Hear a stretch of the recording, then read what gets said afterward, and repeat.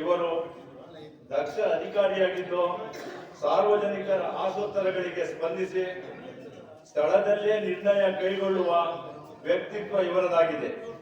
ನಮ್ಮಂತಹ ಅನೇಕ ಬಡಾವಣೆಗಳ ಅಭಿವೃದ್ಧಿಗಳತ್ತ ಗಮನ ಹರಿಸುತ್ತಿರುವ ಇವರನ್ನು ಈ ಕಾರ್ಯಕ್ರಮಕ್ಕೆ ನಮ್ಮ ಸಂಘದ ಆಡಳಿತ ಮಂಡಳಿಯಲ್ಲಿ